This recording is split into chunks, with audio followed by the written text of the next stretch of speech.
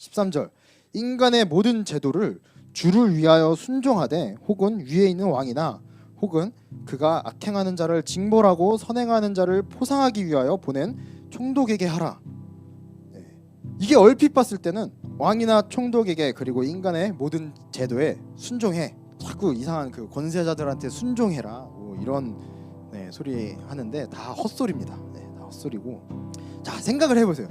제가 이걸 읽으면서 설교들을 찾아보면서 대부분 다 그 소리 하고 있어요. 주를 위해서 살려면 이 제도에 이 누가 뭐 좌파가 됐든 우파가 됐든 누가 정권을 잡든지 거기에 순종하래요. 근데 조금만 생각을 해보면 베드로가 회심한 베드로가 예수님이 인간의 권력에 의해서 십자가에 매달려서 돌아가시는 것을 봤습니다. 그리고 그 모든 것들을 이기시고 부활하셔서 하늘로 올라가시는 것까지 눈앞에서 봤습니다. 근데 과연 그런 회심한 베드로가 고작 그 인간의 그 고난, 인간의 핍박 그거를 올 줄 알고 있는데 과연 그거를 무서워해가지고 권세자들한테 순종하라고 했겠습니까? 말이 안 되는 소리거든요. 설교 찾아보는데 무슨 마찰을 일으키는 것을 막기 위해 제도에 순종하라 뭐 이런 소리도 돼 있고 말도 안 되는 소리입니다. 뭐 그리고 기독교인들이 본을 보여서 덕이 돼야 한다. 덕이 될 거면 유교 사상을 가르쳐야지 무슨 성경을 가르치고 있습니까? 13절에 주를 위하여라는 말이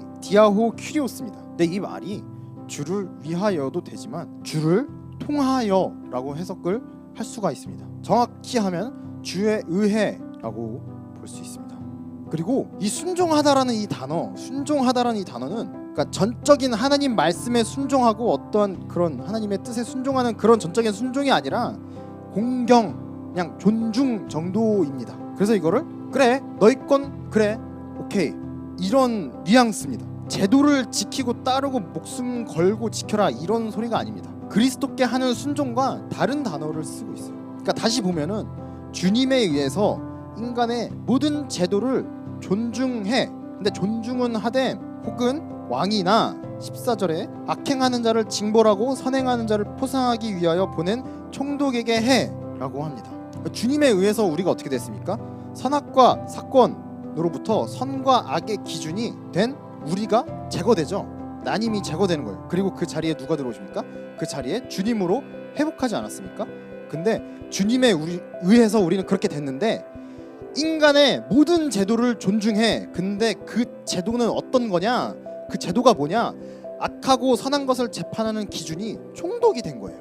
사람이 된 겁니다. 그러니까 다시 말해서 주님에 의한 우리는 주님에게 집중하고 인간의 제도에 집중하지 마 이 소리입니다. 그러니까 존중은 하는데 그거는 그거 만든 왕이랑 총독에게나 해 이런 소리입니다.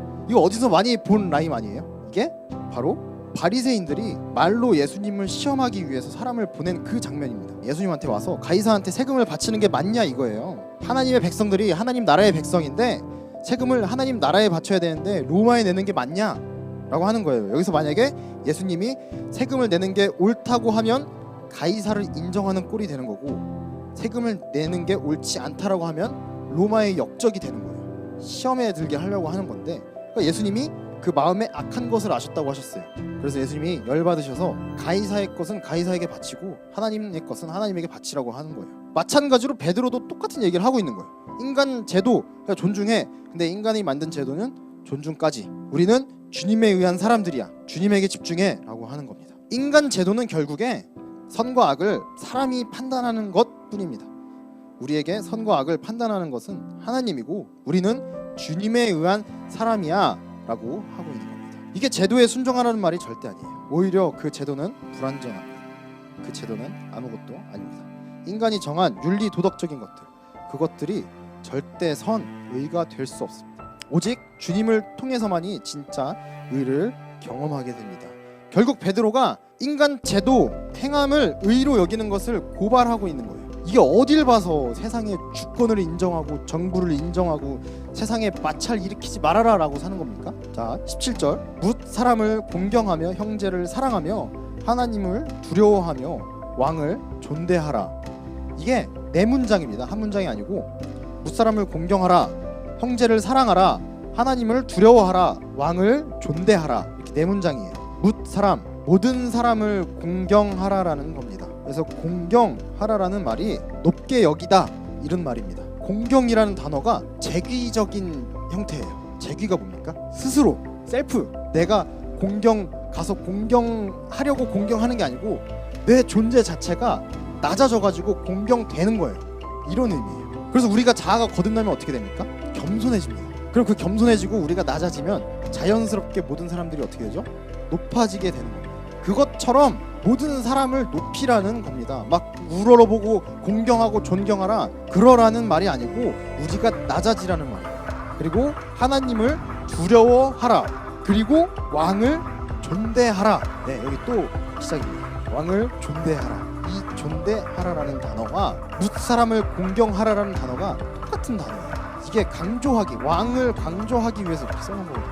왕을 존대하라고가 아니고 아무리 로마 제국의 황제라고 해도 왕이라고 해도 뭇사람들과 똑같다라는 걸 강조하기 위해 똑같은 단어를 쓰면서 맨 뒤에 한 번 더 특별하게 언급을 하는 거예요. 그러니까 베드로는 그걸 강조하고 싶었던 거예요.